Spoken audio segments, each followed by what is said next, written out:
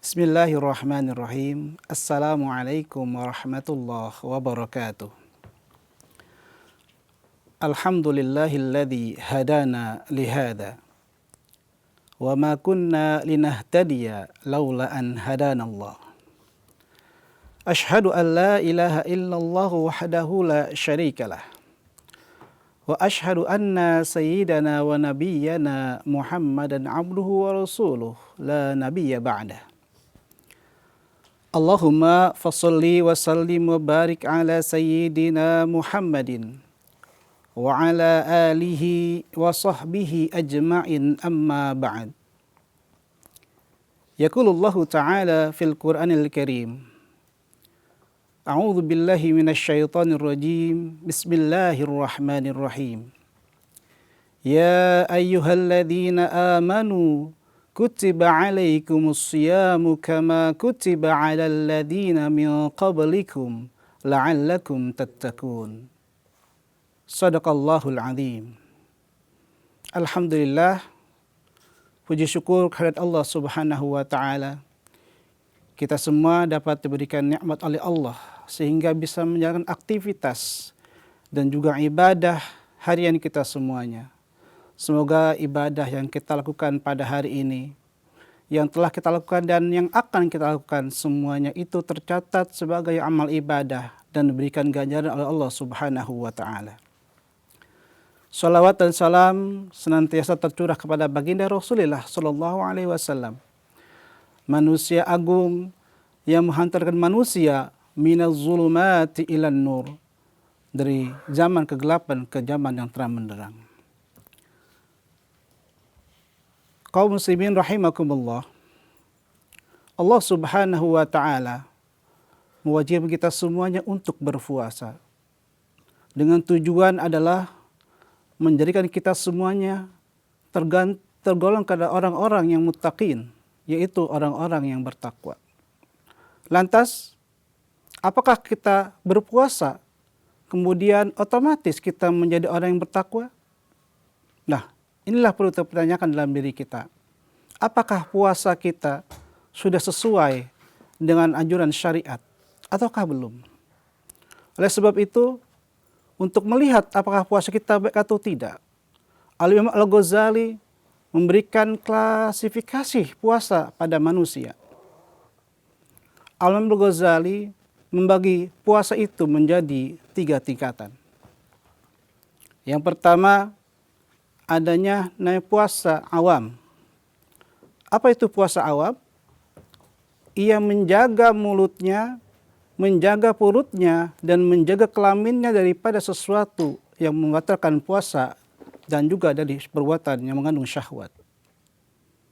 Orang yang berpuasa hanya sekedar menahan lapar, hanya sekedar menahan dari sesuatu yang membatalkan puasa, secara teoritis fikih sah secara syariat. Namun, apakah hakikat puasa mendapatkan itu semuanya? Kemudian yang kedua adalah, kata Al-Imam Ghazali, shaumul khas, yaitu puasa yang khas. Apa itu puasa khas? Puasa khas adalah puasanya para orang-orang soleh. Ya. Bagaimana cara orang soleh ini berpuasa? Ya. Mereka kaful jawarih anil asami. Mereka itu menjaga, mereka punya anggota tubuh dari sesuatu yang dapat membatal puasa dan perbuatan tercela. Paling tidak, ya, ada 5 indikator bagaimana puasa itu tergolong pada puasa khas. Yang pertama adalah ghaddul basar. Ya. Kita menjaga kita punya mata, punya pandangan daripada hal-hal yang dapat membatalkan puasa kita, membatalkan pahala ibadah puasa kita. Misalkan kita melihat orang yang bukan mahram kita tanpa menutup aurat dan sebagainya. Bahkan mungkin kita ketika scroll di media sosial kita melihat hal-hal yang tidak boleh untuk kita lihat, kita lewatkan itu semuanya. Kita jaga pandangan kita dari sesuatu yang dapat membatalkan pahala puasa. Kemudian yang kedua adalah hifzul lisan. Ya, kita menjaga lisan kita, perkataan kita, anil kidhib, Ya, pertama dari berdusta. Kita jaga selama kita puasa, janganlah kita berbuat dusta. Wal ghanimah, dan kita mengadu domba. Itu hal-hal yang memang harus kita jaga agar puasa kita mendapatkan pahala yang maksimal. Kemudian yang ketiga adalah indikatornya, kita menjaga kita punya namanya telinga, ya, dari hal-hal yang dimakruhkan dalam agama. Makanya ketika ada orang-orang yang sedang berbuat sesuatu yang tidak baik, lebih baik kita menghindarinya. Kemudian indikator selanjutnya adalah ya, kita menjaga anggota tubuh kita selain panca indera, entah itu tangan, kaki, dan sebagainya. Jangan sampai ketika kita sedang puasa, tangan kita berbuat sesuatu yang tercela. Mengambil hak milik orang lain. Kita bukan gosok. Ketika ngabuburit, kita jalan ke tempat-tempat yang memang tidak baik. Nah, ini harus dijaga. Bahkan bukan hanya menjaga anggota tubuh kita saja. Kita juga harus menjaga diri kita dari memakan sesuatu yang dilabeli sebagai sesuatu yang syubhat. Ya. Apa itu syubhat? Ada sesuatu yang belum jelas. Ya. Belum jelas asal-usulnya. Ya. Nah, ketika ketemu dengan sesuatu yang syubhat, hendaklah kita menghindarinya. Innal halala bayyinun wal harama bayyinun wa bainahu umurun mushtabihatun la ya'lamuhunna katsirum minan nas. Ini yang kadang manusia tidak tahu apa itu syubhat. Kalau yang halal itu jelas, yang haram itu jelas, di antara keduanya ada namanya syubhat. Oleh sebab itu kita harus menghindari yang syubhat. Kemudian selanjutnya adalah kita menjaga kita punya hati. Ya. Jangan sampai ada iri, dengki kepada orang lain. Ya. Kita punya pikiran juga jangan sampai kita berpikir hal-hal yang negatif.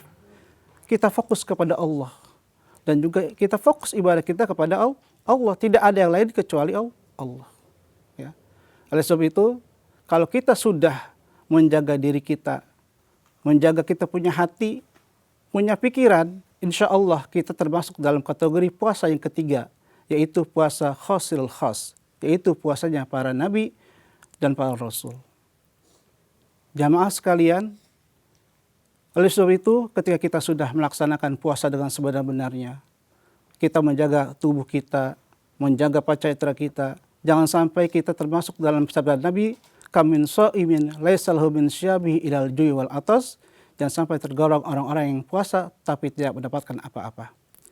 Sekian. Terima kasih, saya Mustaqih dari Dompet Du'afa. Wassalamualaikum warahmatullahi wabarakatuh.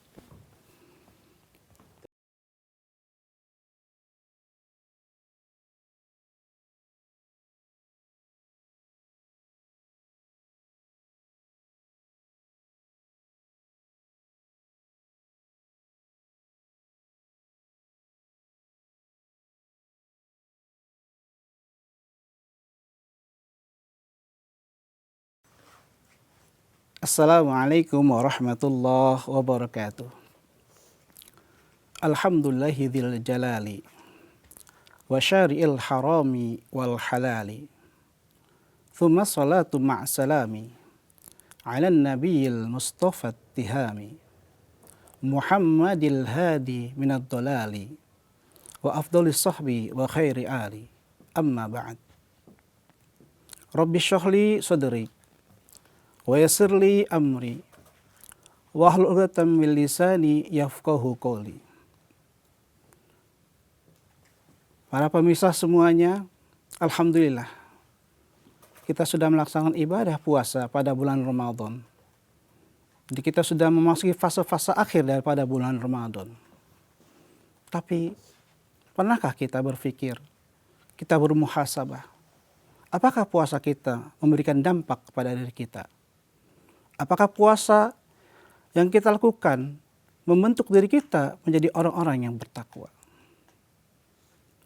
Allah Subhanahu wa Ta'ala memberikan penekanan dalam firman-Nya bahwasanya puasa itu menjadikan kalian orang-orang yang bertakwa. Allah Subhanahu wa Ta'ala memakai diksi la'allakum tattaqun dalam surat Al-Baqarah. La'alla itu bermakna bisa dua. maknanya bisa dua. Yang pertama bimakna litaraji, ya, pengharapan. Yang kedua adalah litawaku, yaitu suatu kepastian. Ya. Kapan la'ala ini dimaknai litaraji? Ketika kita mengharap kepada makhluk Allah, kepada manusia. Ketika dinisbatkan la'ala ini kepada Allah Subhanahu wa ta'ala, maka maknanya menjadi litawaku, suatu kepastian. Jadi ketika kita berpuasa di bulan Ramadan dengan sebaik-baiknya puasa, kita menjaga diri kita dari membatalkan puasa, kita menjaga diri kita dari anggota tubuh kita dari suatu yang membatalkan puasa, dan juga kita menjaga kita punya hati dan pikiran, insya Allah kita akan menjadi orang-orang yang bertakwa. La'allakum tattaqun, agar kalian menjadi orang-orang yang bertakwa. Tattaqun dalam gramatikal bahasa Arab adalah fiilnya fiil mudhari. Ya. Ada fiil madi, ada fiil mudhari, ada fiil amar dalam gramatikal bahasa Arab. Nah, Allah memakai kata tattaqun, yaitu fiil mudhari. Ya. Fiil mudhari itu adalah suatu pekerjaan, ya, untuk menerangkan waktu. Ya.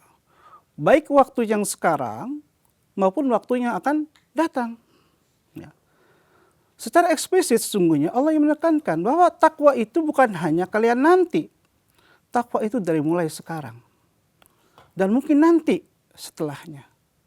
Jadi esensi takwa di sini ketika kita puasa adalah kita menjaga diri kita saat ini, bahkan mungkin nanti setelah Ramadan selesai. Artinya ada istimrar. Ada keistimewahan kita, keistiqomahan kita dalam kita beribadah. Karena takwa di sini berkelanjutan. Lantas, kalau kita sudah menjadi orang bertakwa, apa yang kita dapatkan? Ya. Allah Subhanahu wa taala berfirman dalam surah Az-Zariyat, A'udzu billahi minasyaitonir rajim. Bismillahirrahmanirrahim. Innal muttaqina fi jannati wa 'uyun. Sungguhnya orang-orang yang bertakwa itu akan berada di surganya Allah Subhanahu wa taala bersama dengan aliran sungai yang lainnya. Akhidina ma atahum min rabbihim. Mereka mengambil apa yang diberikan kepada mereka dari Tuhannya.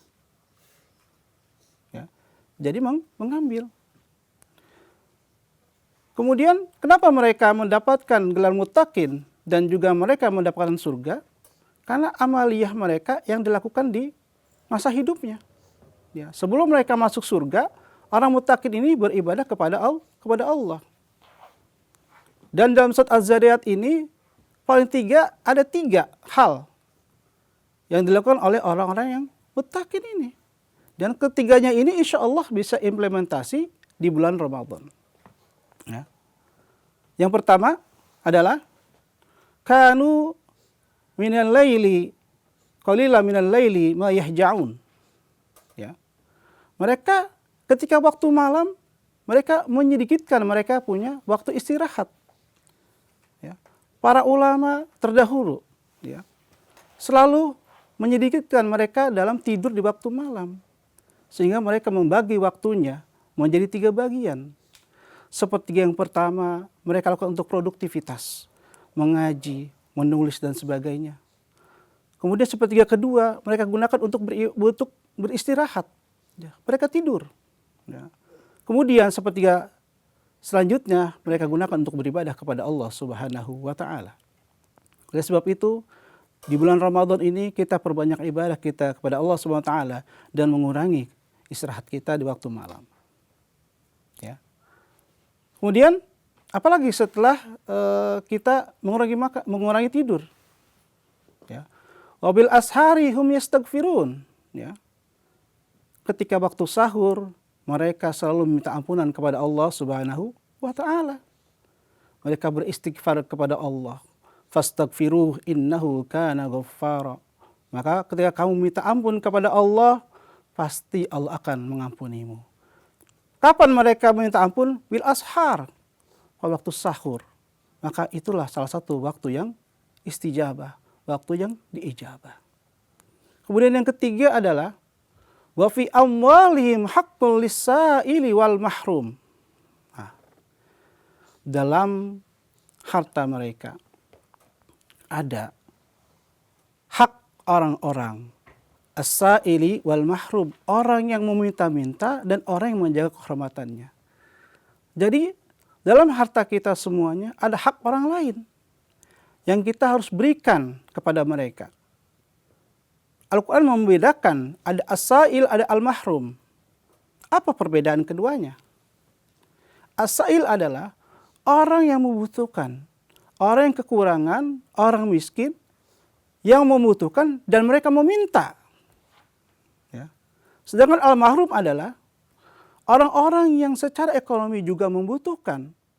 Mereka termasuk orang-orang yang berhak menerima zakat, sedekah, dan sebagainya.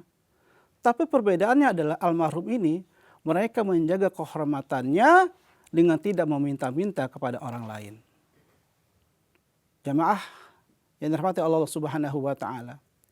Mari bersama-sama kita semuanya berlomba-lomba kebaikan untuk menjadi orang-orang yang bertakwa.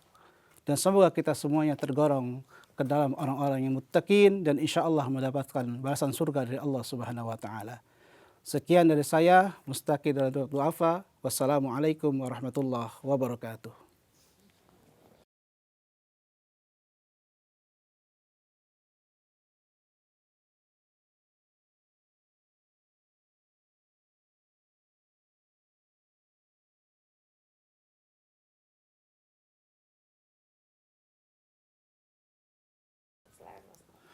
Bismillahirrahmanirrahim. Assalamualaikum warahmatullahi wabarakatuh.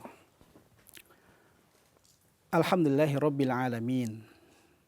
Wassalatu wassalamu ala sayyidina Muhammadin wa ala alihi wa sahbihi ajma'in, amma ba'd. Para hadirin yang dirahmati oleh Allah Subhanahu wa taala. Kembali lagi dengan saya Mustaqi dari Dompet Du'afa. Insya Allah pada kali ini kita akan sedikit membahas perihal sesuatu yang mungkin kita laksanakan sehari-hari. Kita sering praktekkan, tapi mungkin kita luput daripada kita memaknainya.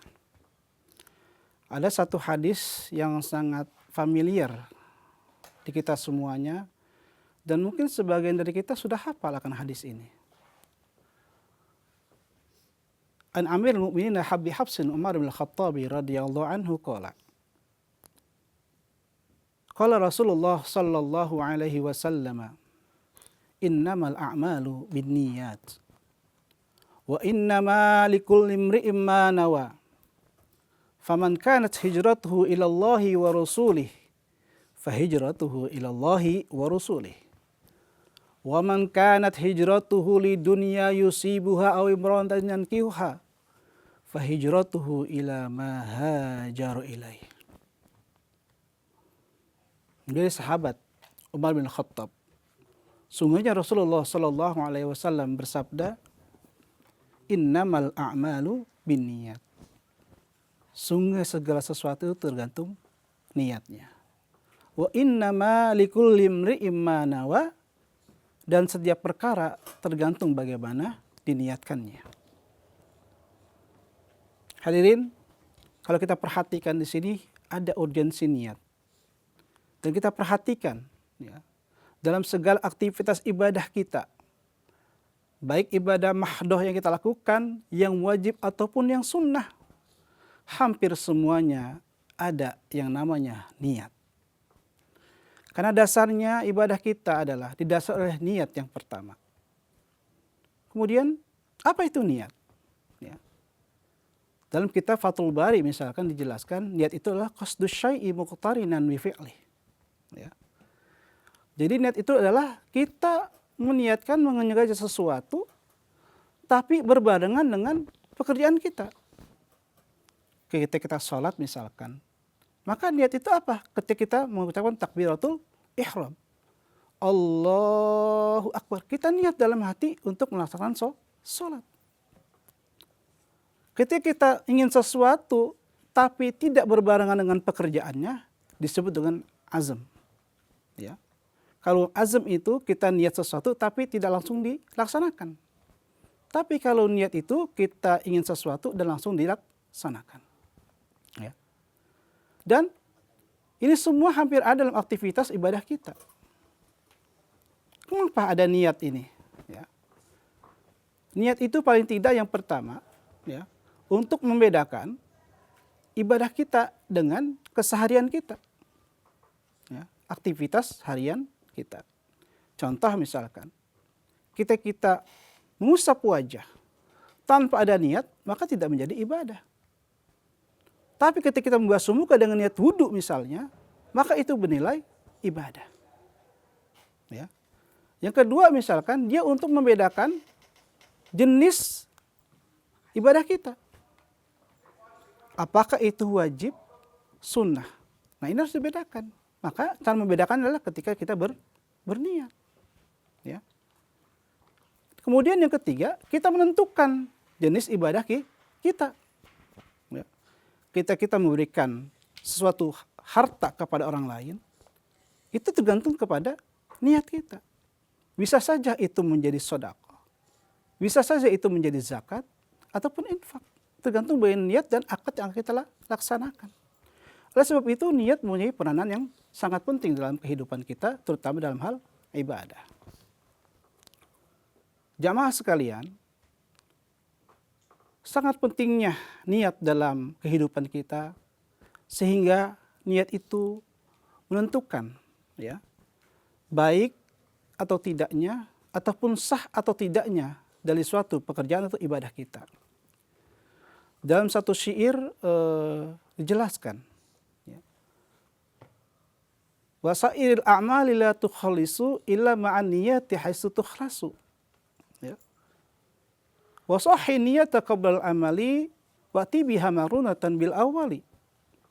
Jadi ketika kita ingin melaksanakan suatu pekerjaan, tidak ikhlas, tidak sah kecuali dengan adanya niat. Fasahih niyah, maka kalau begitu kita perbaiki niat kita. Qablal amal, sebelum kita melakukan suatu pekerjaan, apapun itu, termasuk dalam hal ibadah. Wa'ti biha makrunatan bil awali. Dan niat itu didatangkan ketika kita di awal melakukan suatu pekerjaan. Jadi kalau kita ingin melakukan suatu pekerjaan, hendaknya kita mengawali dengan niat yang baik. Apakah niat itu tergantung dalam hal ibadah saja? Tidak juga. Ya. Niat itu bisa mendatangkan suatu kebaikan bagi kita mengelolanya ketika kita mengelolanya dengan baik. Ada satu hadis Nabi Shallallahu Alaihi Wasallam yang menyatakan, kam min amalin yatasawwaru bisurati amali dunya, summa yasiru min amil akhirah li husni niyah. Ya. Banyak sekali pekerjaan-pekerjaan yang digambarkan sebagai pekerjaan atau amalan dunia menjadi pekerjaan atau amalan akhirat bi husni niyah. Karena niat yang baik. Ya. Misalkan, ya, kita ingin bekerja. Ketika ingin bekerja mencari nafkah, keluar dari rumah kita niat dalam hati kita, ya Allah, aku niat bekerja untuk menafkahi keluargaku. Insya Allah, ketika Anda keluar dari rumah, walaupun pekerjaan-pekerjaan dunia, tapi niatnya niat untuk menafkahi keluarga, itu dinilai sebagai suatu ibadah. Bahkan ibadah-ibadah yang lain pun sama.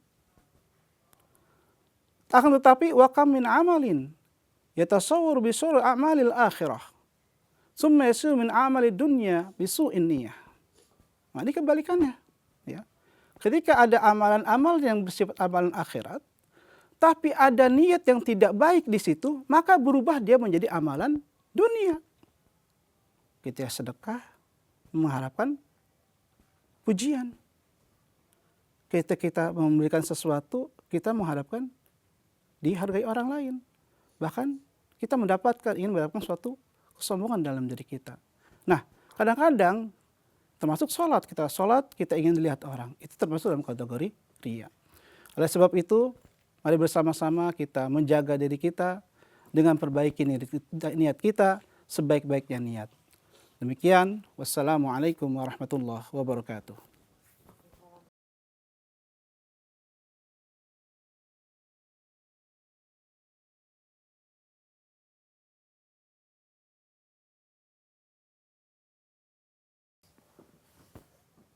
Wahdi qalbi bihaqqi Sayyidina Muhammad.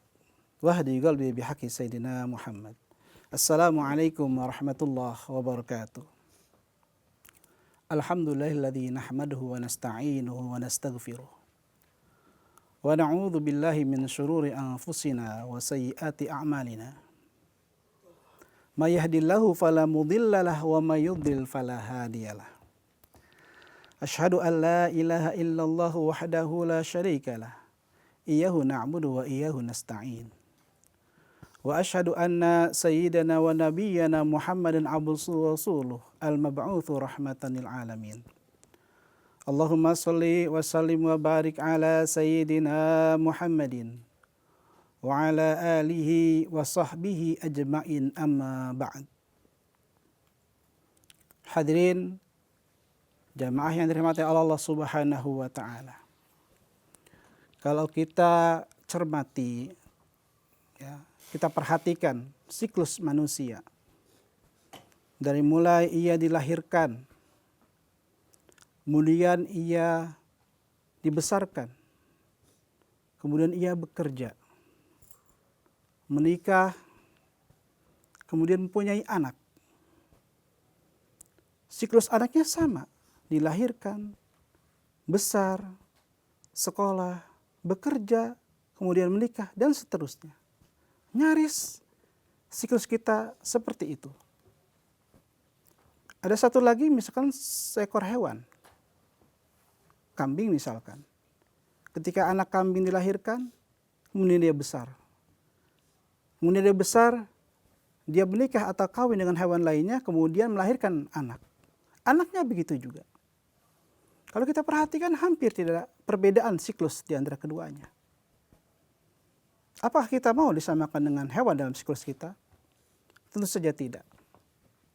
Nah, bagaimana cara membedakannya? Cara kita membedakan dalam siklus kehidupan kita adalah bagaimana kita bisa memaknai kehidupan kita. Bahwasanya kehidupan kita ini bukan hanya untuk kehidupan dunia, tapi juga untuk kehidupan akhirat. Oleh sebab itu, dalam hidup ini, kita harus punya visi dan misi dalam hidup kita. Lalu, bagaimana visi dan misi yang ideal? Allah Subhanahu wa taala paling tidak sudah memberikan satu tips bagi kita bagaimana kita menjadi manusia yang baik dan punya visi dan misi. Allah Subhanahu wa taala berfirman, "Kuntum khaira ummatin ukhrijat lin-nasi ta'muruna bil ma'ruf wa tanhauna 'anil munkar wa tu'minuna billah." Ya. Allah sudah kasih gambaran nih untuk visi dan misi hidup kita. Apa visi kita? Khairu ummah. Bagaimana kita bisa menjadi umat terbaik. Ya. Kemudian siapa sih umat terbaik itu? Dalam konteks Al-Quran, ada yang berpendapat bahwa khairu ummah adalah umatnya Nabi Muhammad SAW dan sahabatnya. Periode awal-awal Islam yang disebut sebagai khairu ummah. Tapi ada juga yang berpendapat, karena kontekstualnya tidak disebutkan nama dan tempat dan waktu, maka itu berlaku umum. Dan mungkin bisa berulang. Artinya apa? Ada potensi kita pun bisa menjadi khairu ummah seperti yang dicontohkan oleh Al-Quran. Lalu, apa itu khairu ummah? Ya. Paling tidak khairu ummah adalah umat yang baik, sebaik-baik umat. Kata al-khair misalkan, ya, itu punya dua indikator. Ya. Pertama adalah diddus syarr. Ya. Dikatakan khair itu yang pertama kalau misalkan diddus syarr, menolak daripada suatu keburukan. Jadi pasti sesuatu yang baik itu tidak buruk. Ya. Berlawan dari suatu buruk ada kebaikan. Lalu ketika kita melawan suatu keburukan, ada yang kedua, wujudun naf'i. Ya. Adanya kebermanfaatan. Ya. Jadi kalau disebut kebaikan itu ada dua, kita menolak namanya keburukan dan mendatangkan kemanfaatan. Nah, itulah khair ummah. Lalu bagaimana kriteria atau kiat bisa menjadi khair ummah? Nah, Allah memberikan tips lagi. Ta'muruna bil ma'ruf. Pertama, kalau ingin menjadi khair ummah itu ta'muruna bil ma'ruf. Kita memerintahkan kepada suatu kebaikan. Ya. Nah, ketika kita ta'muruna bil ma'ruf, harus kita selesai dengan diri kita sendiri. Kalau kita ta'muruna bil ma'ruf, memerintahkan orang kepada kebaikan, itu adalah satu tingkat di bawah amar ma'ruf. Ketika kita selesai dengan perintah Allah, kita menjalankan perintah Allah, semua kita jalankan dengan baik, maka kita bisa mengajak orang kepada suatu kebaikan.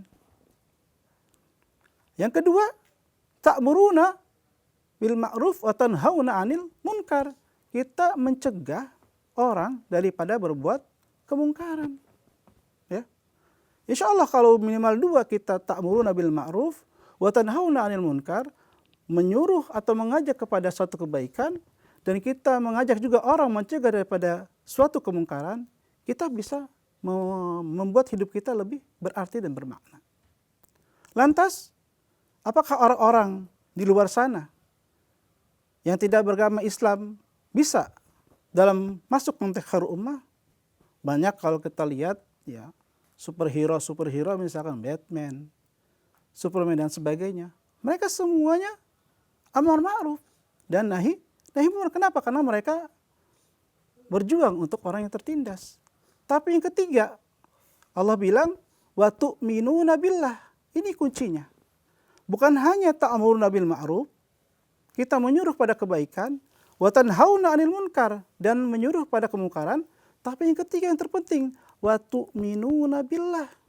Ya. Mereka beriman kepada Allah. Ini kuncinya. Jadi, walaupun kita berbuat kebaikan apapun, sebesar apapun, ya, kebaikan yang kita lakukan, istiqomahnya kita dalam kebaikan, itu mungkin percuma ketika tidak dilandasi dengan keimanan. Oleh sebab itu, mari bersama-sama kita semuanya fastabiqul khairat. Ya. Dalam hidup ini kita punya visi dan misi yang jelas. Minimal dalam hidup ini kita ta'muruna bil ma'ruf wa tanhauna 'anil munkar. Kita bersama-sama menyerukan kepada kebaikan dan juga kita semuanya mencegah dari kemungkaran. Semoga Allah SWT memberikan hidayah kepada kita semuanya dan Allah SWT selalu membimbing kita ke jalan yang benar. Saya Mustaqi dari Dompet Du'afa. Saya akhiri. Wassalamualaikum warahmatullahi wabarakatuh.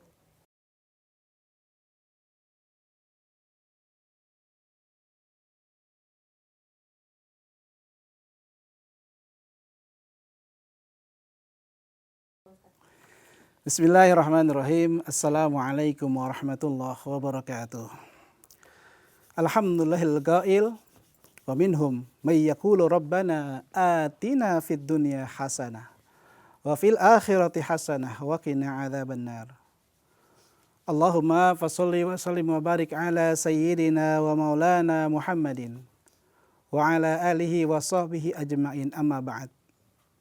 Hadirin saya insya Allah dirahmati Allah Subhanahu wa Ta'ala. Bertemu lagi dengan saya Mustaqi dari Dompet Du'afa. Insya Allah pada pertemuan ini kita coba sedikit membahas tentang bagaimana kiat kita untuk menggapai kebaikan dunia dan akhirat. Mungkin dari kita semuanya sudah familiar dengan apa yang saya baca tadi.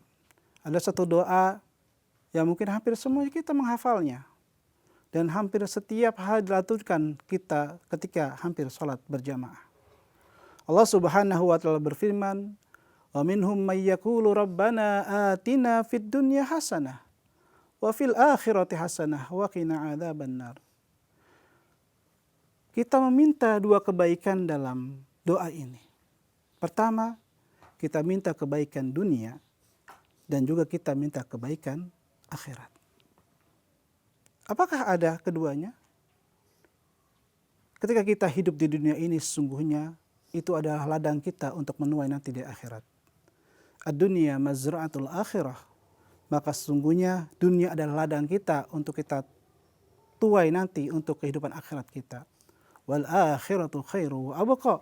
Maka sesungguhnya akhirat itu kekal dan kita akan kekal di sana selamanya. Lantas, apakah kita sudah bahagia dunia maupun bahagia di akhirat? Ya. Al-Imam Al-Ghazali paling tidak membagi kebahagiaan kita di dunia akhirat menjadi 4 bahagian. Yang pertama, sa'idun fid dunya wa sakiyun fil akhirah. Ya. Ada orang yang sa'idun fid dunya. Dia bahagia di dunia. Ya. Wa sakiyun fil akhirah. Akan tetapi justru dia sengsara di akhirat. Ya. Kenapa bisa sengsara? Mungkin ketika dunia Allah berikan ia nikmat yang banyak. Allah berikan kekayaan. Allah berikan istri yang cantik. Allah berikan dia anak yang banyak. Tetapi na'udzubillah, dengan semua nikmat-nikmat yang Allah berikan kepada mereka tidak dipakai untuk bekal ibadah kepada Allah Subhanahu wa taala. Justru malah sebaliknya. Ketika Allah berikan kepada mereka nikmat yang begitu banyak, justru menjadi cobaan bagi mereka sehingga membuat mereka lalai dan jauh dari Allah Subhanahu wa taala. Sehingga apa? Mereka tidak mempersiapkan bekal dengan baik. Sehingga kehidupan dunia mereka bahagia tetapi sengsara di akhiratnya. Kemudian yang kedua, wasakiyun fid dunya wasa'idun fil akhirah. Ya. Manusia yang Allah berikan mereka tidak banyak kekayaan. Bahkan cenderung Allah uji mereka dengan kemiskinan. Allah uji mereka dengan keluarganya, kehidupannya, pekerjaan dan sebagainya. Mereka jauh dari kata bahagia. Tetapi ketika mereka diberikan suatu musibah, ya, cobaan dari Allah, mereka bersabar atas takdir yang diberikan oleh Allah Subhanahu wa taala. Justru sebaliknya, mereka mendekatkan diri kepada Allah karena kondisinya seperti itu. Nah, karena mereka menerima atas ketentuan Allah, kemudian mereka tetap beribadah kepada Allah dan mendekat kepada Allah, maka Allah berikan ganjaran kebaikan kepada mereka dan mereka tetap dekat dengan Allah sehingga di akhiratnya mereka mendapatkan suatu kebahagiaan. Yang ketiga adalah wasakiyun fid dunya wasakiyun fil akhirah. Ya. Orang-orang yang diberikan kesengsaraan di dunia, tidak diberikan harta, jabatan, dan sebagainya. Justru ketika mereka diberikan itu, dicoba dengan itu, mereka tidak sabar atas bala yang diberikan kepada mereka. Justru mereka murka kepada Allah, dan mereka lari dari Allah, dan menjauh dari Allah. Ketika mereka menjauh dari Allah, maka Allah jauh dari mereka. Sehingga apa? Mereka tidak beribadah kepada Allah. Mereka tidak mendekatkan diri kepada Allah. Maka mereka tidak mendapatkan bekal yang sebaik-baiknya. Sehingga di dunia mereka sengsara, di akhirat pun mereka sengsara. Na'udzubillah wa iyadzubillah. Kemudian yang keempat adalah sa'idun fid dunya wa sa'idun fil akhirah. Orang-orang yang diberikan Allah tadi nikmat yang luar biasa. Harta, tahta, istri, anak-anak yang banyak. Tapi ketika mereka diberikan itu semuanya, mereka tidak terlena oleh nikmat-nikmat Allah. Justru sebaliknya, mereka menjadi orang-orang yang bersyukur atas pemberian Allah. Bukan hanya bersyukur. Di hati mereka, mereka meyakini bahwasanya ini adalah pemberian dari Allah Subhanahu wa taala. Bahwa manusia adalah perantara dari Allah Subhanahu wa taala. Mereka bersyukur dengan hati mereka. Yang kedua, mereka bersyukur dengan perkataan mereka, mengucap alhamdulillah atas segala nikmat yang diberikan Allah Subhanahu wa taala.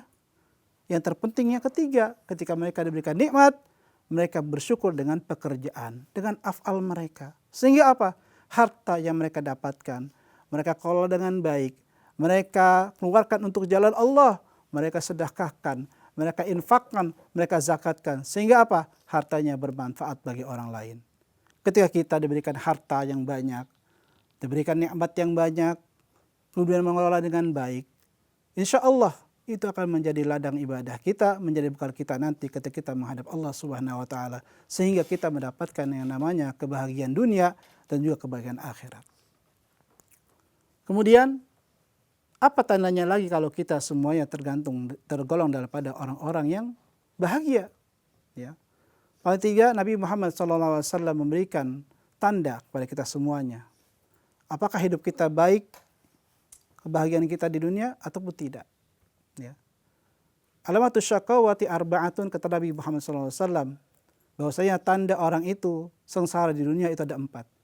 Yang pertama adalah dia melupakan dosa-dosa yang mereka lakukan. Yang kedua, mereka mengingat pekerjaan yang telah mereka lakukan. Mereka mengingat amal-amal kebaikan yang telah mereka lakukan. Padahal mereka tidak tahu apakah perbuatan baik mereka diterima ataupun tidak. Kemudian mereka melihat sesuatu dengan dunia kepada orang di atas mereka, dan mereka melihat kepada sesuatu dalam hal agama kepada orang yang lebih rendah daripada mereka. Na'udzubillah. Jamaah sekalian, oleh sebab itu marilah bersama-sama kita semuanya berjuang untuk menjadi hamba Allah yang sa'idun fid dunya wa sa'idun fil akhirah. Semoga kita semua tergolong daripada orang-orang yang mendapat rahmat Allah Subhanahu wa taala. Wassalamualaikum warahmatullahi wabarakatuh.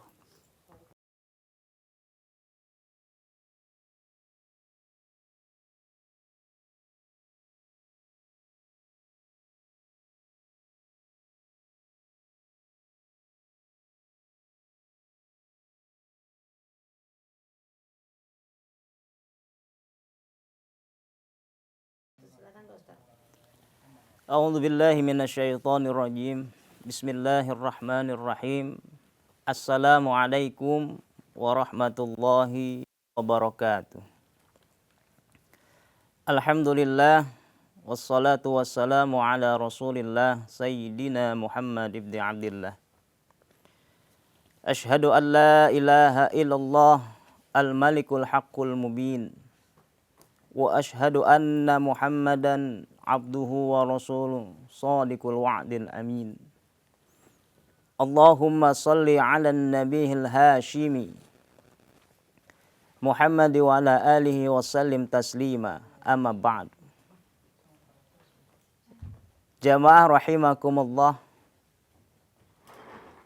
Alhamdulillah, puji syukur kepada Allah Subhanahu wa taala yang telah memberikan kita banyak nikmat, sehingga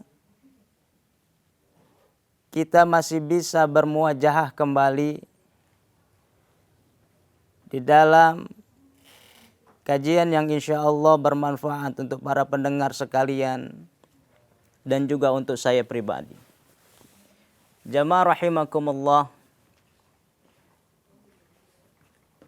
di bulan Ramadan ini Allah Subhanahu wa taala menyatakan di dalam Al-Qur'an, A'udzu billahi minasyaitonir rajim. Bismillahirrahmanirrahim.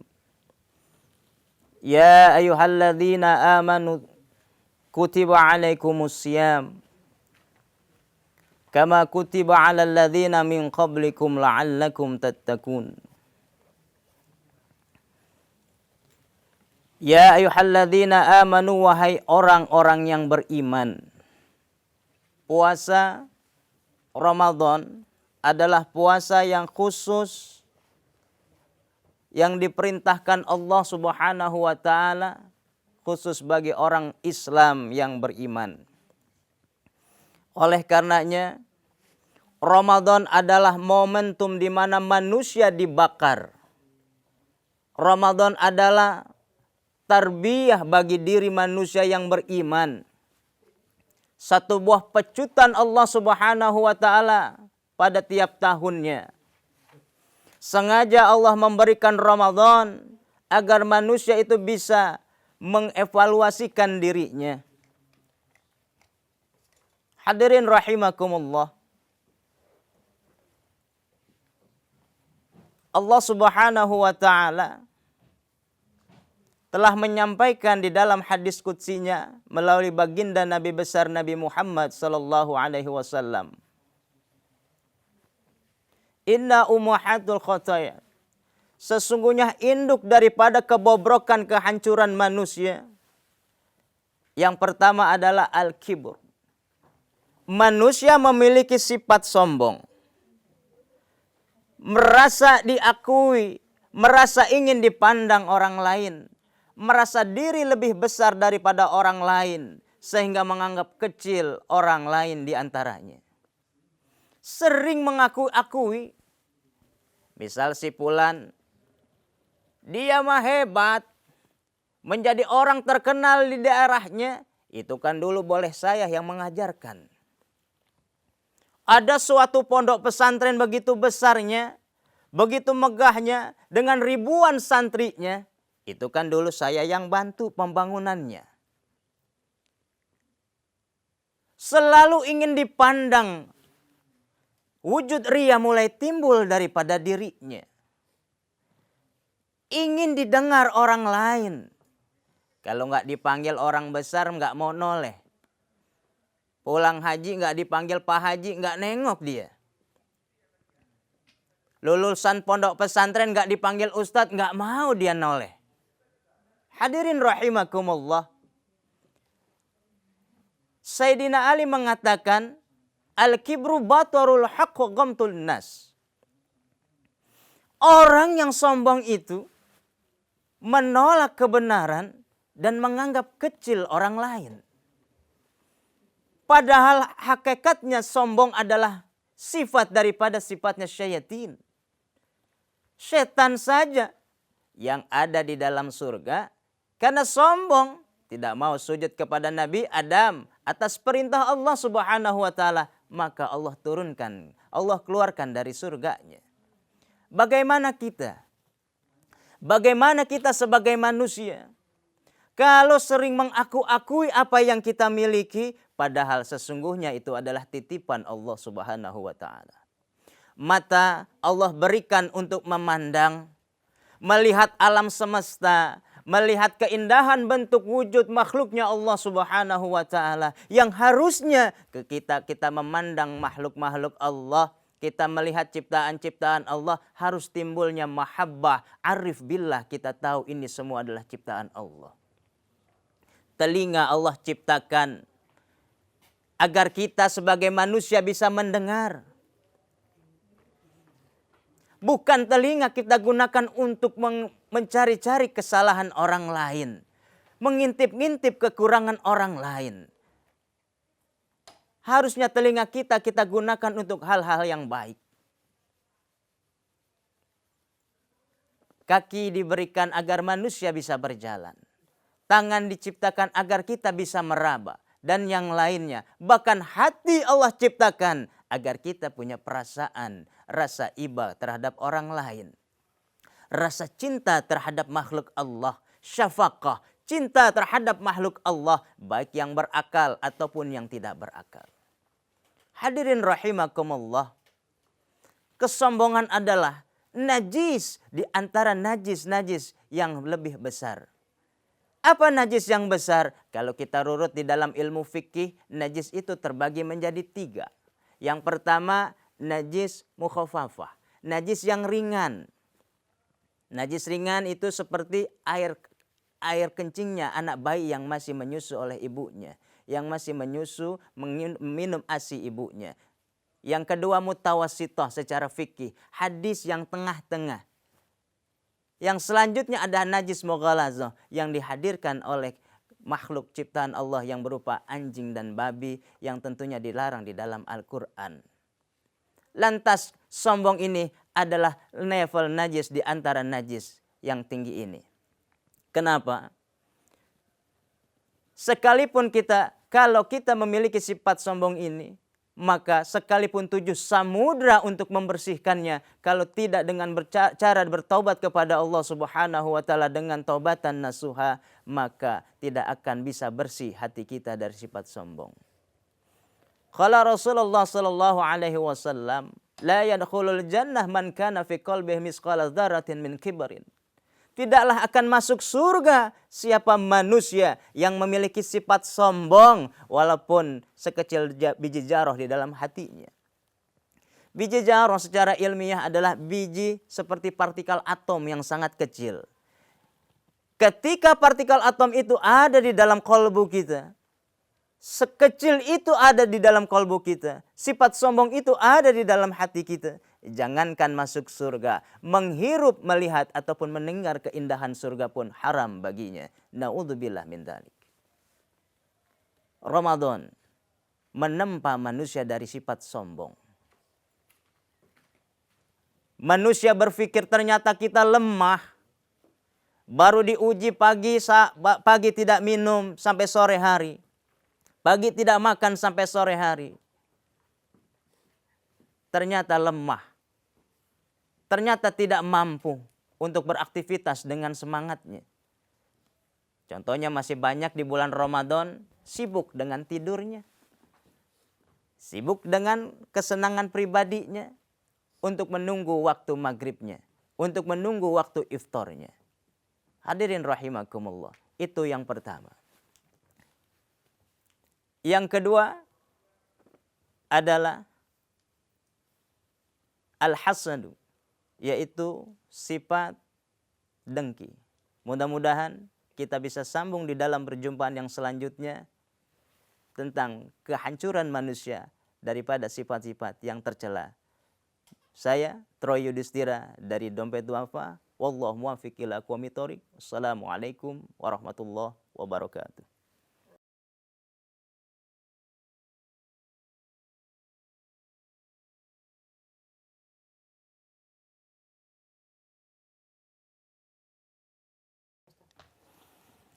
Assalamualaikum warahmatullahi wabarakatuh. Alhamdulillahilladzi maddad dawami ala yadidil fadli wal idami afdalas salati wa taslimi ala habibina wa syafi'ina wa maulana Muhammadin sallallahu alaihi wasallam. Subhanaka la ilma lana illa ma 'allamtana innaka antal alimul hakim. Allahumma rzuqna fahman nabiyyin wa hifzan mursalin wa ilhaman malaikatil muqarrabin birahmatika ya arhamar rahimin. Pendengar, pemirsa yang dirahmati Allah Subhanahu wa taala. Alhamdulillah, syukur kita kepada Allah Subhanahu wa taala. Mudah-mudahan dengan wasilah kita bersyukur kepada Allah Subhanahu wa taala, maka Allah akan terus tambahkan nikmat kita di dalam beribadah kepada Allah Subhanahu wa taala. La in syakartum la azidannakum wa la in kafartum inna 'adzabi lasyadid. Hadirin pendengar, pemirsa yang dirahmati Allah Subhanahu wa taala. Melanjutkan tema sebelumnya tentang sumber induk daripada kebobrokan, kehancuran kehidupan seorang manusia. Mari sama-sama kita kaji yang kedua adalah al-hasadu. Rasa dengki. Iri terhadap orang lain. Iri terhadap makhluk lain ciptaan Allah Subhanahu wa taala. Melihat tetangga hidupnya lebih tentram, dia merasa terbakar luar biasa. Tetangga punya harta lebih, dia merasa terhina rupanya. Tetangga punya kendaraan lebih mewah, dia panas dingin. Bahkan kalau tetangga pulang pergi naik berangkat umroh, jangan-jangan dia bisa gantung diri. Na'udzubillah min dzalik. Hadirin rahimakumullah. Sifat dengki ini adalah penyakit hati yang juga dapat menghancurkan amalan-amalan kita. Biasanya rasa dengki ini kadang-kadang tidak terasa kalau kita sudah melakukannya. Manusia Allah ciptakan sudah dengan kapasitasnya masing-masing, sudah dengan rezekinya masing-masing, sudah dengan parasnya masing-masing. Apa yang Allah berikan kepada manusia itu adalah modal untuk kita mengenal Allah Subhanahu wa taala. Di bulan Ramadan ini mengajarkan kita bahwasanya kita diajak untuk selalu berbagi, untuk selalu berbagi terhadap sesama, agar rasa-rasa dengki kita terhadap manusia itu luntur dengan sendirinya. Terkadang banyak orang gak pede dengan ciptaan yang Allah ciptakan pada dirinya. Lahir dengan rambut yang lurus, ingin dikeriting rambutnya. Hidung yang cukup bagus, cukup baik Allah ciptakan, dia nggak pede, dimancung-mancungin, ditambah-tambahin, akhirnya rusak sendiri wajahnya. Allah Subhanahu wa taala tidak pernah memandang manusia dari fisiknya. Allah Subhanahu wa taala itu memandang terhadap manusia, terhadap hambanya itu di dalam hatinya. Yang penting takwa yang Allah lihat. Hadirin rahimakumullah. Hindarilah sifat hasud, sifat dengki ini. Agar kita dapat selamat hidup di dunia wal akhirah. Yang selanjutnya yang ketiga adalah al-hirs. Al-hirsu adalah rakus, tamak terhadap dunia. Hubbu dunia. Seperti anak bayi yang belum menerima ASI dari ibunya. Ketika belum menerima ASI dari ibunya, seorang bayi ini merengek, menangis. Kalau belum dikasih ASI oleh ibunya. Inilah contoh manusia yang cinta dengan dunianya. Dari bangun tidurnya yang ada difikirkan bagaimana hari ini mendapatkan rezeki yang lebih. Terus berpacu sehingga dia lupa dengan Tuhannya. Dia lalai dengan ibadahnya. Dunia terus yang dikerjakan. Ini sangatlah mengkhawatirkan. Oleh karenanya Rasulullah SAW mengajarkan kita untuk memiliki sifat qanaah. Memiliki sifat yang harus kita menerima apa yang Allah berikan. Walaupun di dalam redaksi hadis yang lainnya Rasulullah SAW mengajarkan i'mal li dunyaka ka'annaka ta'ishu abadan. Wa'mal li akhiratika ka'annaka tamutu gadan. Gapailah urusan duniamu seakan-akan engkau hidup selama-lamanya. Tapi kau harus ingat juga, gapailah urusan akhiratmu seakan-akan engkau akan mati. Engkau akan diangkat oleh kurung batang esok hari. Engkau akan dipendam di liang lahat esok hari. Hadirin rahimakumullah. 3 sifat ini yang harus kita hindari. Al-kibru, sombong, merasa besar daripada orang lain. Batarul haq wa ghamtulin nas. Yang kedua adalah al-hasadu, dengki, merasa dengki, iri terhadap orang lain. Cemburu terhadap rezeki orang lain. Kita boleh cemburu, kita boleh iri kepada orang lain dalam hal ibadah. Melihat orang lain lebih takwa, lebih rajin ibadahnya, kita boleh cemburu, boleh iri dalam hal tersebut. Tetapi kalau dalam kehidupan yang tidak di luar ibadah, sebaiknya jangan dilakukan. Yang terakhir adalah al-hirsu, rakus ataupun sombong terhadap dunia, hubbu dunia. Mudah-mudahan ada manfaatnya. Saya Troy Yudhistira, wallahu a'lam bishawab, wallahu muwaffiq ila aqwamit thoriq. Assalamualaikum warahmatullahi wabarakatuh.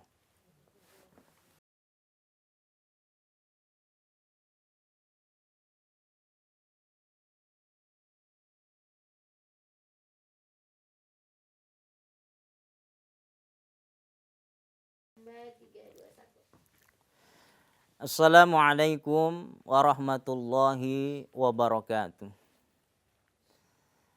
Alhamdulillahi rabbil alamin. Wabihi nasta'inu ala umuri dunya wad din. Wassalatu wassalamu ala asyrafil anbiya'i wal mursalin. Wa ala alihi wa sahbihi ajma'in. Subhanaka la ilma lana illa ma'alamtana innaka antal alimul hakim.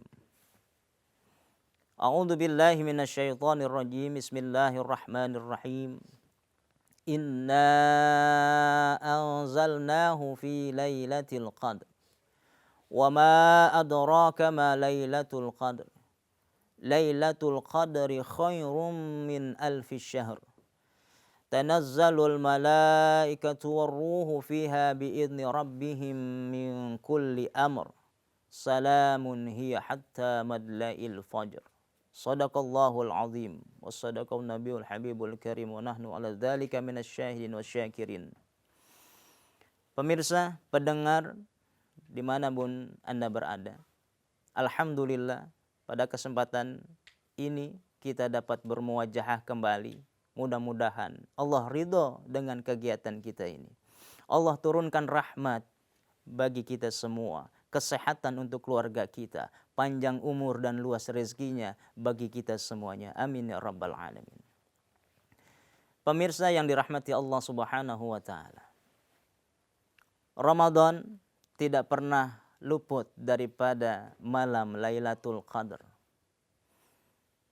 Di mana malam ini adalah malam yang sangat dirindukan, yang sangat diidam-idamkan oleh semua umat mukmin di alam semesta ini. Siapa yang tidak ingin mendapatkan malam Lailatul Qadar? Malam yang begitu istimewa, malam yang begitu mega dahsyatnya, sehingga semua manusia berlomba-lomba, umat Islam mukmin wal mukminat berlomba-lomba ingin mendapatkan malam Lailatul Qadar. Ada apa dengan malam Lailatul Qadar?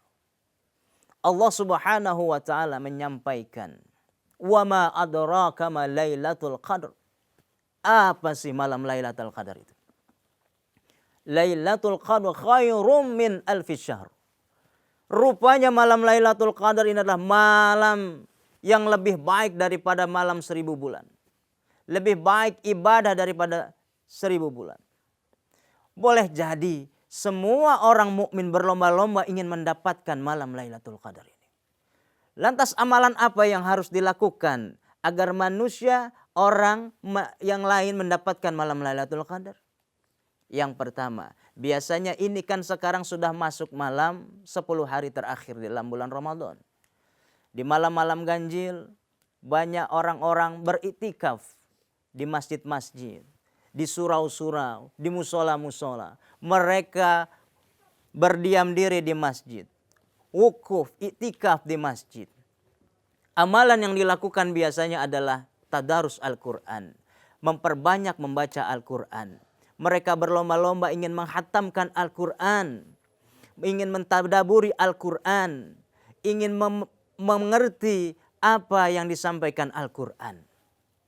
Selanjutnya amalan yang dapat dilakukan di dalam malam Lailatul Qadar adalah banyak-banyak berzikir kepada Allah.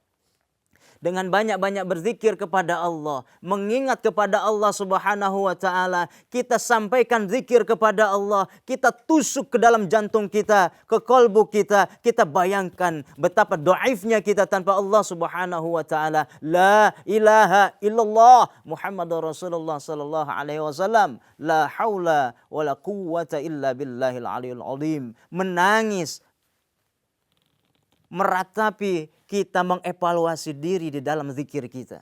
Kita adukan seluruhnya kepada Allah Subhanahu wa taala. Yang selanjutnya adalah yang dapat dilakukan agar kita bisa mendapatkan malam Lailatul Qadar, kita memperbanyak sedekah di akhir-akhir bulan Ramadan. Yang tadinya kita bakhil, merasa pelit di dalam berbagi terhadap sesama, di bulan Ramadan kita ditempa untuk menjadi orang yang dermawan.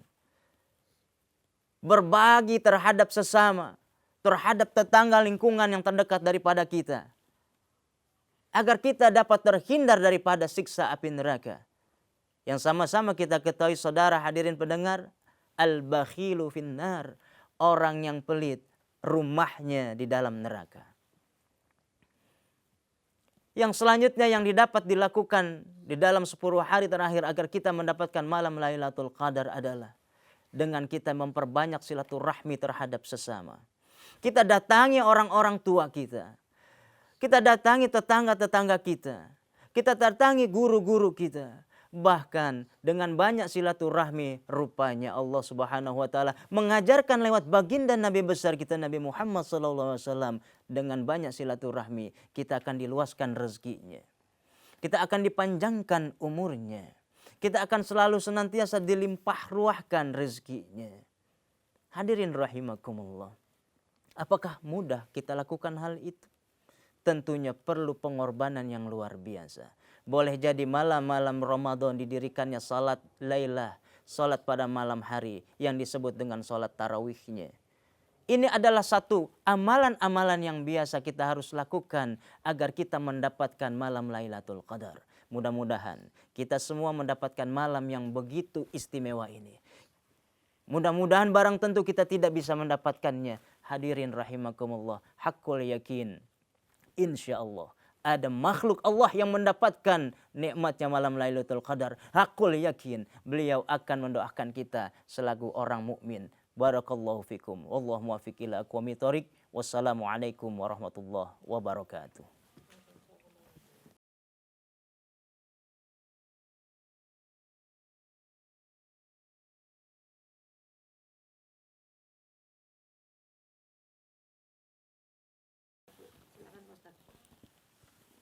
Assalamualaikum warahmatullahi wabarakatuh.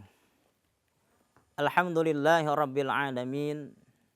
Wassalatu wassalamu ala asyrafil anbiya'i wal mursalin wa ala alihi wa sahbihi ajma'in. Subhanaka la ilma lana illa ma'alamtana innaka antal alimul hakim. Allahumma rzuqna fahman nabiyyin wa hifzan mursalin wa ilhaman malaikatil muqarrabin birahmatika ya arhamar rahimin. Pemirsa yang dirahmati Allah Subhanahu wa taala. Pertama-tama marilah kita bersyukur kepada Allah Subhanahu wa taala dengan memperbanyak terima kasih kepada Allah dengan bil lisan, bitalafuz, mengucapkan alhamdulillah. Yang kedua selanjutnya dengan amaliyah kita. Ini adalah esensi bukti syukur kita kepada Allah Subhanahu wa taala. Dengan kita mengucapkan bil lisan bitalafuz dengan hamdalillahnya, alhamdulillah atas segala nikmatnya Allah berikan kepada kita. Lalu kita aplikasikan diri kita dengan perilaku yang baik, dengan perangai yang baik. Terhadap sesama pun kita harus baik. Jangankan terhadap saudara kita, kita pun jangan sampai tidak berlaku baik terhadap diri kita. Apa yang harus kita lakukan baik terhadap diri kita? Hiasi diri kita dengan menjalankan segala perintah yang Allah sampaikan. Dengan menjalankan semua perintah Allah Subhanahu wa taala dengan segenap kemampuan diri kita. Kalau jasadia kita butuh dengan protein, vitamin dan yang lainnya, ruh kita pun membutuhkan hal yang sama. Ruh kita pun butuh madrasah. Ruh kita pun perlu disekolahkan agar apa yang dipancarkan oleh ruh kita menjadikan perangai yang baik dalam tingkah laku kita. Menjadi manusia yang berpribadian yang baik terhadap manusia yang lainnya. Terhadap makhluk Allah yang lainnya. Bersyafaqah, berlaku baik terhadap makhluk Allah. Baik yang berakal ataupun yang tidak berakal. Hadirin rahimakumullah. Di dalam kehidupan manusia ini kan macam-macam problemnya. Macam-macam tingkatannya. Ada orang yang hidupnya biasa-biasa saja. Ada orang dalam keadaan tengah-tengah saja. Ada orang yang kehidupannya wah luar biasa. Terkadang si miskin itu suka berpikir, ini Allah nggak adil nih.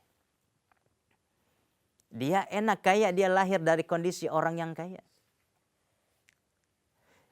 Dia bisa jadi orang yang hebat, dia lahir dari kondisi orang-orang yang hebat.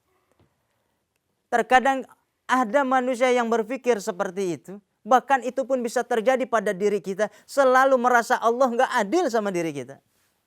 Dia ganteng boleh jadi dia jadi artis. Dia cantik bisa jadi dia jadi artis. Lah saya pas-pasan.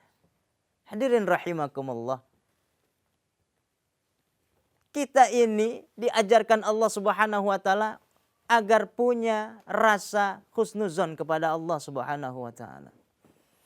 Di dalam hadis qudsi Allah nyatakan di dalam kitab Nasaihul Ibad di bab yang pertama Allah menyampaikan kepada kita sebagai makhluknya. Perlu sama-sama kita ketahui hadirin. Hadis qudsi ini adalah kalamullah. Ini adalah ucapan Allah Subhanahu wa taala yang disandarkan kepada baginda Nabi besar kita Nabi Muhammad sallallahu alaihi wasallam. Jadi hadis qudsi ini adalah ucapan Allah Subhanahu wa taala yang Allah memang sengaja sampaikan untuk kita lewat Rasulullah sallallahu alaihi wasallam. Apa Allah nyatakan di dalam hadis qudsi ini? Ya ibadi, wahai hamba-hambaku. Inni haramtu zulma 'ala nafsi. Aku mengharamkan kezaliman atas diriku. Dan aku tidak pernah berlaku zalim terhadap makhluk-makhlukku. Dan janganlah kalian berlaku zalim terhadap sesama. Rizki, harta, jodoh, panjang umur, semuanya sudah Allah atur. Miskin, kaya, rendah, tinggi, panjang, pendek. Ini semua Allah sudah atur sedemikian rupa. Kita hanya harus bersyukur kepada Allah Subhanahu wa taala atas segala apa yang Allah karuniakan kepada diri kita. Naik angkot dengan naik Alphard, tujuannya Pantai Anyer. Sampai apa enggak tuh dua-duanya? Sampai. Cuma kan bedanya kalau yang Alphard mah naiknya AC, lebih dingin, mungkin lebih musiknya. Ada musiknya. Kalau yang angkot mah mungkin panas-panasan, tetapi hakikat sampainya tetap sampai ke Pantai Anyer. Cuma beda fasilitas saja, hadirin rahimakumullah. Dunia adalah tempat manusia ditempa agar eling, ingat kemana tujuan kita sebetulnya. Apa tujuan kita sebagai hamba sebetulnya. Yang sama-sama kita ketahui, bahkan dimanapun di pengajian, di majelis-majelis ilmu sering disampaikan. Bahkan kita dari kecil pun sudah kita ketahui apa yang Allah sampaikan di dalam Al-Qur'annya, wa ma khalaqtul jinna wal insa illa liya'budun. Dan tidaklah kuciptakan jin dan manusia kecuali untuk beribadah, menyembah kepada Allah Subhanahu wa taala. Hadirin rahimakumullah, kalau kita berpikir kita adalah orang yang kesulitan, tentunya kita malu terhadap junjungan nabi-nabi kita yang terdahulu. Nabi Ayub diuji dengan penyakitnya yang luar biasa. Nabi Muhammad SAW pernah satu ketika diuji pula dengan laparnya yang sangat luar biasa. Sehingga perutnya itu diikat dengan batu untuk mengganjal lambungnya. Bahkan Rasulullah SAW itu saat itu sedang memangku cucunya Hasan wal Husain. Bahkan saat itu Rasulullah meminta izin untuk berangkat mencari satu buah pekerjaan agar bisa memberikan makan bagi cucu-cucunya. Ketika mendapatkan pekerjaan itu Rasulullah, pekerjaannya itu adalah menimba air. Yang satu kali timbaan air itu adalah upahnya 7 buah butir kurma. Satu timbaan Rasulullah mendapatkan 7 butir kurma. 3 dimakan Rasulullah, sisanya disimpan untuk cucu-cucunya. Sampai akhirnya timbaan yang ke-9 Rasulullah tidak sengaja menjatuhkan timbaan tersebut. Lalu yang memberikan pekerjaan itu marah kepada baginda Rasulullah SAW dan menampar wajah Rasulullah SAW. Hadirin rahimakumullah, marilah kita bersyukur kepada Allah dan berhusnuzon kepada Allah Subhanahu wa taala. Rezeki sudah Allah atur. Wallahu a'lam bishawab. Saya Troy Yudhistira, Dompet Duafa. Assalamualaikum warahmatullahi wabarakatuh.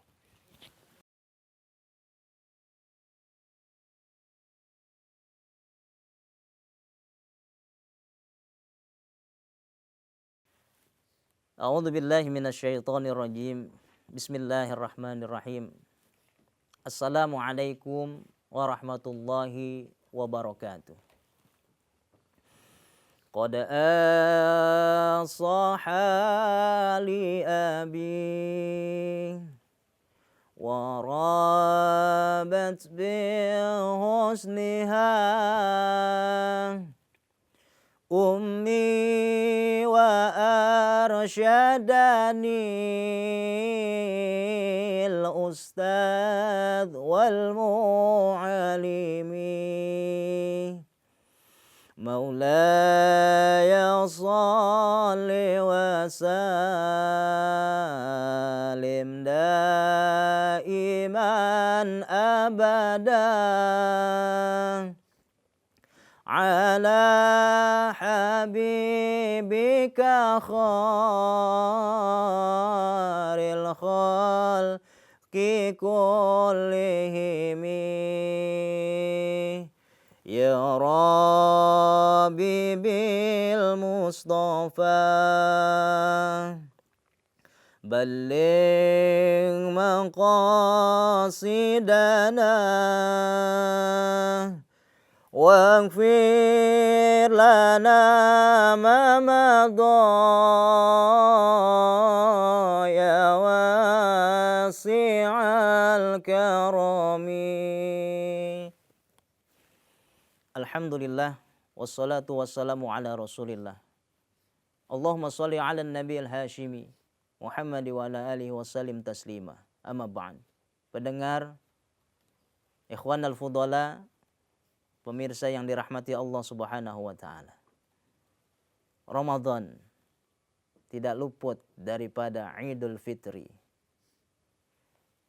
Kembali suci, kembali fitrah, yaitu hari raya Lebaran. Euforia yang begitu besar. Manusia disibukkan dengan kurmanya, dengan kue ketapangnya, dengan pakaian barunya, dengan sendal barunya, dengan fasilitas yang ingin disampaikan ketika jumpa dengan saudara-saudaranya. Lebaran siapapun boleh merayakan. Yang gak puasa boleh merayakan Lebaran. Yang gak sholat apalagi silahkan, mangga nikmatin Lebaran. Tetapi jangan harap yang tidak puasa mendapatkan Idul Fitri. Kenapa bisa begitu? Idul Fitri khususan bagi orang-orang yang beriman, yang menjalankan puasa 30 hari full 1 bulan penuh dengan pengharapan memohon ridho kepada Allah Subhanahu wa taala. Man shama Ramadan imanan wa ihtisaban, ghufirallahu ma taqaddama min dzambik. Dengan pengharapan, dengan kebahagiaan, datangnya bulan suci Ramadan, merasa begitu rindu. Ramadan hadir begitu bahagia. Ramadan hilang begitu menderita, sedih rasa kehilangan. Ya Rab, apakah aku bisa berjumpa dengan Ramadan di tahun yang akan datang? Apakah aku bisa berjumpa dengan ibuku, ayahku, adikku, istriku, anak-anakku, saudaraku di bulan Ramadan yang akan datang? Kita nggak bisa pungkiri setiap hari Ramadan ada saja yang Allah panggil. Sedang enak-enaknya menjalankan ibadah puasa, sore hari bendera kuning sudah dipampang di depan rumahnya. Hadirin rahimakumullah. Tahun lalu kita bisa berjumpa dengan orang tua kita. Di tahun ini kita nggak jumpa lagi dengan ayah kita. Tahun ini kita masih kumpul lengkap personil dalam keluarga kita. Belum tentu di tahun depan kita bisa kumpul dalam pose foto bersama keluarga kita. Hadirin yang dirahmati Allah Subhanahu wa taala. Ramadan, Idul Fitri tidak pernah terlepas kedua ini. Hanya manusia-manusia yang kembali menjadi fitrah, menjadi seperti anak yang baru lahir dari rahim ibunya.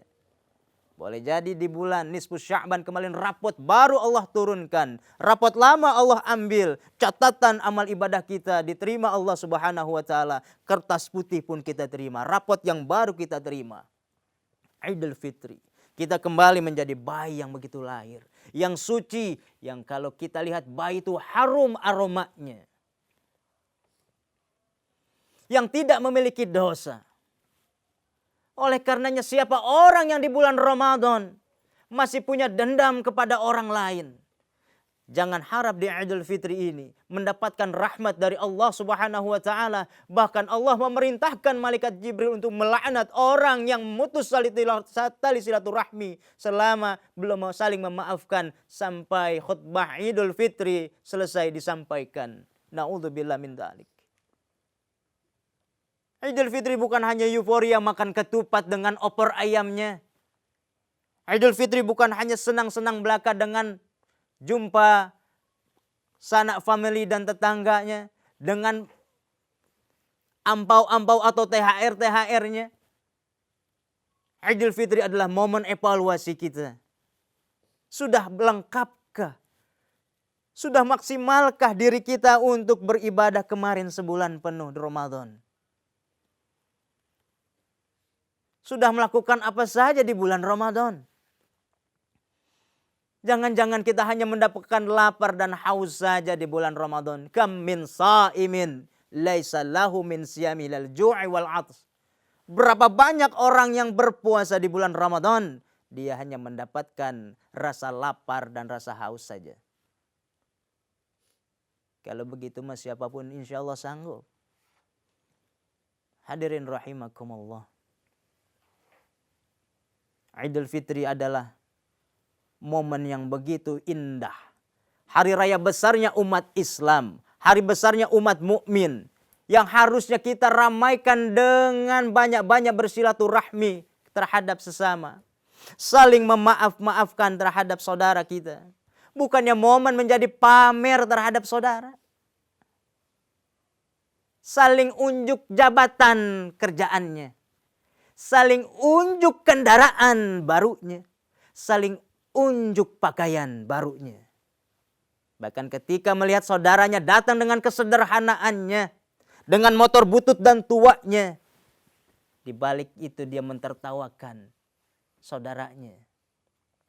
Hadirin rahimakumullah.